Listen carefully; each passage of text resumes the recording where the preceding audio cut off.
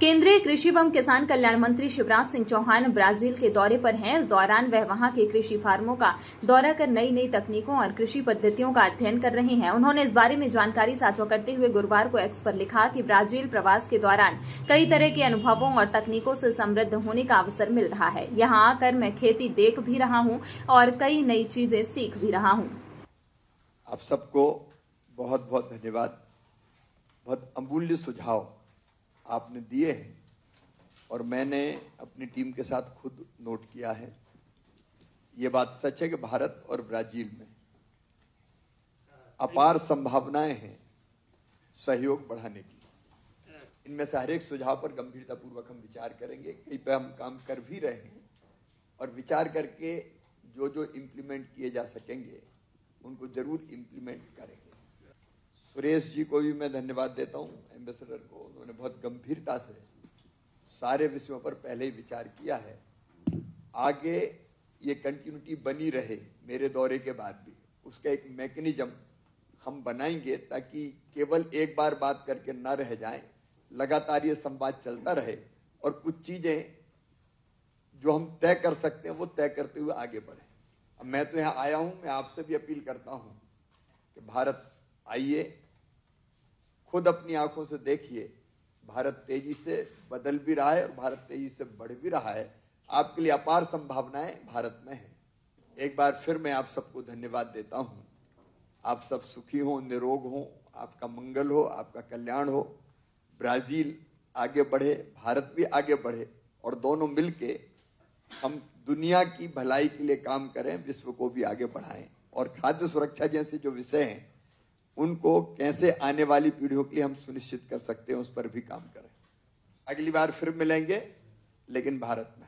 उन्होंने कहा कि आज टमाटर और मक्के की खेती देखने का मौका मिला। यहाँ सारा सिस्टम मैकेनाइज्ड है। भारत में उत्पादन बढ़ाने के लिए इन तकनीकों का कैसे उपयोग कर सकते हैं, इस दिशा में हम कार्य करेंगे। उन्होंने कहा कि ब्राजील में टमाटर के खेत में सिंचाई की व्यवस्था देखी। यहाँ कम पानी में ज्यादा सिंचाई की व्यवस्था की गई है। ये सारा सिस्टम कंट्रोल है, जिससे पौधे को जितनी जरूरत है उतना पानी दिया जाता है। इस फॉर्म में आया हूँ कृषि मंत्री जी के साथ। वो इसके यहाँ टमाटर की खेती हो रही है। मैंने यहाँ की सिंचाई के सिस्टम को देखा है। वो आप सामने खड़ा देख रहे होंगे। एक मशीन है, उसमें यूरिया का टैंक है। वो यूरिया पानी में घोला जा रहा है और पानी में घोल के इस पाइपलाइन के जरिए, इसको क्या कहते हैं, इसका नाम पिवोट।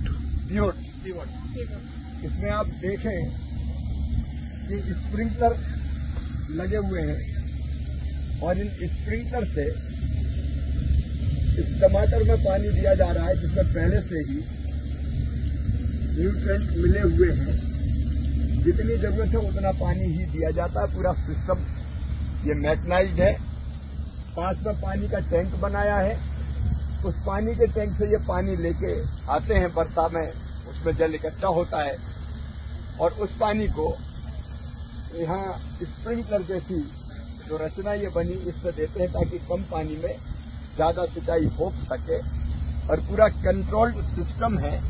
जितना न्यूट्रिएंट चाहिए पौधे को और जितना पानी चाहिए उतना ही पानी जाता है।